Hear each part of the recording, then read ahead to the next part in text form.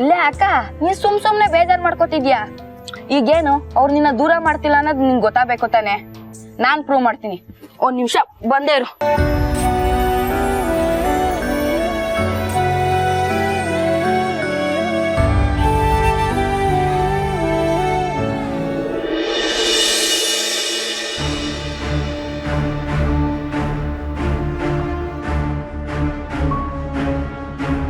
Ma'am ಅದು ಏನು ಹೇಳು ಜಯ. ಮ್ಯಾಮ್ ಎಲ್ಲ ಸ್ಟಾಫ್ಸು ಈ ಮಂತ್ ಸ್ಯಾಲ್ರಿಲಿ 50% ಅಡ್ವಾನ್ಸ್ ಕೇಳ್ತಾ ಇದ್ದಾರೆ.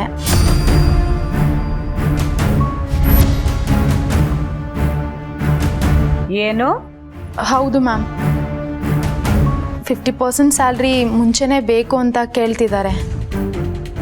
ಹಣನ ಯಾವತ್ತು ಸಂಬಳ ಅಂತ ಕೊಟ್ಟವಳಲ್ಲ ಈ ಅಖಿಲಾಂಡೇಶ್ವರಿ.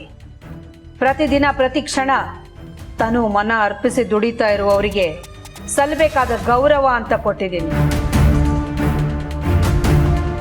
ಇಷ್ಟು ವರ್ಷ ನಮ್ಮ ಮನೇಲಿ ಯಾರು ಸಂಬಳ ಕೇಳ್ಕೊಂಡಾಗ್ಲಿ, ಸಂಬಳ ಜಾಸ್ತಿ ಮಾಡಿ ಅಂತ ಹೇಳ್ಕೊಂಡಾಗ್ಲಿ ಬಂದಿಲ್ಲ.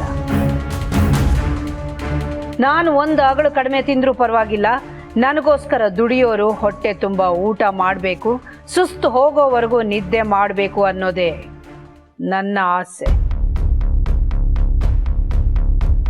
ಅಂಥದ್ರಲ್ಲಿ ಮೊದಲನೇ ಬಾರಿ ಈ ಮನೇಲಿ ಸಂಪ್ರದಾಯ ಬದಲಾಗಿದೆ. ಮ್ಯಾಮ್ ಅರ್ಧ ತಿಂಗಳ ಸಂಬಳ ಅಡ್ವಾನ್ಸ್ ಆಗಿ ಬೇಕು ಅಂತ ಕೇಳಿದವ್ರನ್ನೆಲ್ಲ ನೇರವಾಗಿ ನನ್ನನ್ನೇ ಕೇಳಕ್ಕೆ ಹೇಳು. ಎಲ್ಲಿ ಅವರೆಲ್ಲ? ಇಲ್ಲೇ ಇದ್ದಾರೆ ಮ್ಯಾಮ್. ನಿಮ್ಮ ಮುಂದೆ ಬರೋದಕ್ಕೆ ಭಯ ಪಡ್ತಾ ಇದ್ದಾರೆ. ಅಡ್ವಾನ್ಸ್ ಬೇಕು ಅಂತ ಕೇಳುವಾಗ ಇಲ್ಲದೆ ಇರೋ ಭಯ ಈಗ ಯಾಕೆ? ಬರಕ್ಕೆ ಹೇಳೋರ್ನೆಲ್ಲ.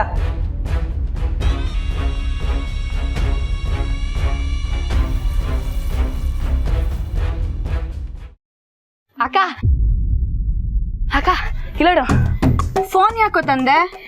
ಇವತ್ತೆಲ್ರೂ ಫ್ರೀ ಆಗಿರ್ತಾರೆ, ನೀನ್ ಇಲ್ದೆ ಅವ್ರಿಗೂ ಬೇಜಾರಾಗಿರುತ್ತೆ. ಇವಾಗ ನಾವು ಅವ್ರಿಗೆ ಫೋನ್ ಮಾಡಿದ್ರೆ ಫುಲ್ ಖುಷಿ ಪಡ್ತಾರೆ. ಮೊದ್ಲು ಯಾರಿಗೆ ಫೋನ್ ಮಾಡ್ಲಿ? ಸಾವಿತ್ರಕ್ಕಂಗೆ ಫೋನ್ ಮಾಡು. ಸರಿ. ನಿನ್ನೆ ಅವ್ರು ಫುಲ್ ಬ್ಯುಸಿ ಇದ್ರಲ್ಲ, ಅದಕ್ಕೆ ಸರಿಯಾಗಿ ಮಾತಾಡಕ್ಕಾಗಿರಲ್ಲ. ಇವಾಗ ಒಂದೇ ರಿಂಗಿಗೆ ಹೆಂಗ್ ಫೋನ್ ಎತ್ತುತ್ತಾರೆ ನೋಡು.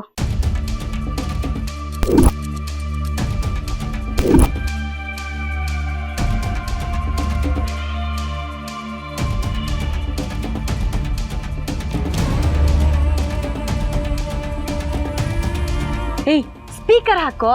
ಹಾ ಸರಿ.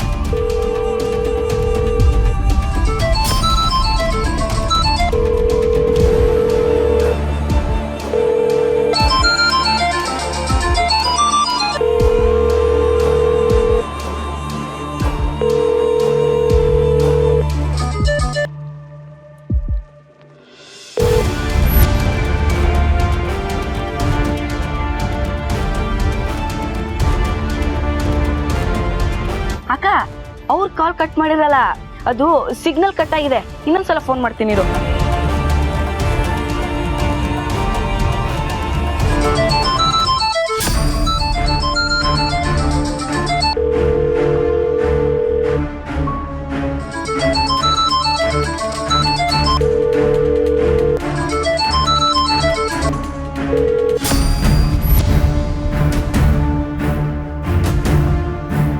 $50% ಅಡ್ವಾನ್ಸ್, ಅರ್ಧ ತಿಂಗಳ ಸಂಬಳ ಈಗಲೇ ಬೇಕು ಅಂತ ಕೇಳ್ತಾ ಇದ್ದೀರಾ?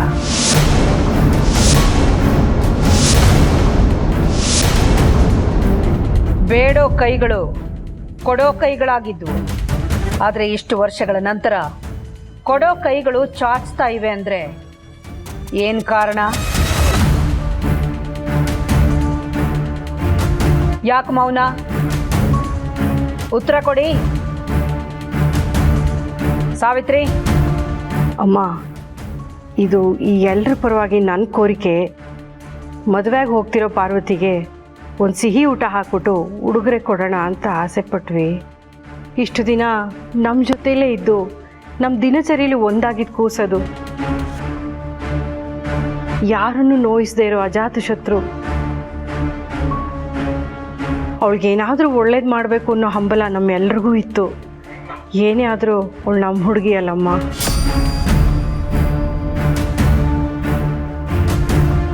ನಿಮ್ಮ ಹುಡುಗಿ ಯಾರು ಹೇಳಿದ್ದು ಅವಳು ನಿಮ್ಮ ಹುಡುಗಿ ಅಂತ?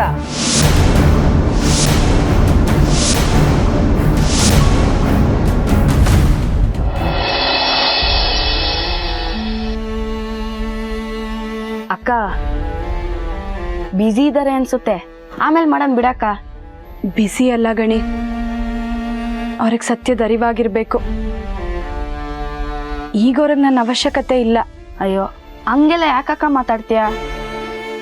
ನಿನಗಿದೆಲ್ಲ ಅರ್ಥ ಆಗಲ್ಲ ಗಣಿ, ಹೋಗ್ಲಿ ಬಿಡು. ಗಣಿ ಯೂನಿಫಾರ್ಮ್ ಒಗಿಬೇಕಂತೆ, ಬಿಚ್ಕೊಡೋಗೋ. ಸರಿ ಅಕ್ಕ, ಯೂನಿಫಾರ್ಮ್ ಕೊಟ್ಬಿಟ್ಟು ಬರ್ತೀನಿ.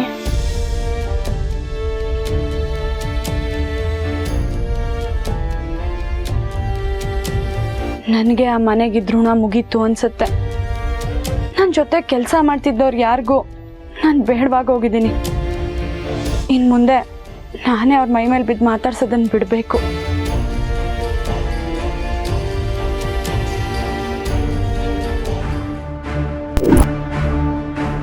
ಹೇಳಿ, ಯಾರು ಹೇಳಿದ್ದು ಪಾರ್ವತಿ ನಿಮ್ಮ ಹುಡುಗಿ ಅಂತ? ಅವಳು ನಮ್ಮ ಹುಡುಗಿ.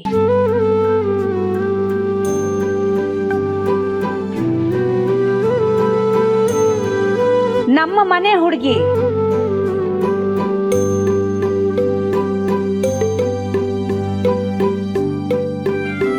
ಅರಸನ ಕೋಟೆಯಲ್ಲಿ ಒಳ್ಳೆಯ ವಿಚಾರಗಳಿಗೆ, ಒಳ್ಳೆಯ ಯೋಚನೆಗಳಿಗೆ ನನ್ನ ಬೆಂಬಲ 50% ಅಲ್ಲ, 100ಕ್ಕೆ 100%.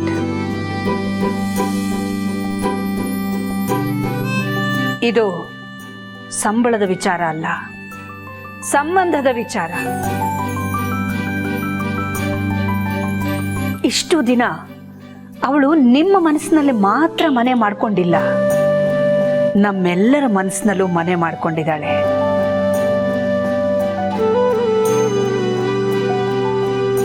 ಪಾರ್ವತಿಗೆ ಸತ್ಕಾರ ಮಾಡೋದು ನಿಮಗೆಲ್ರಿಗೂ ಎಷ್ಟು ಮುಖ್ಯನೋ ನನಗೂ ಅಷ್ಟೇ ಮುಖ್ಯ.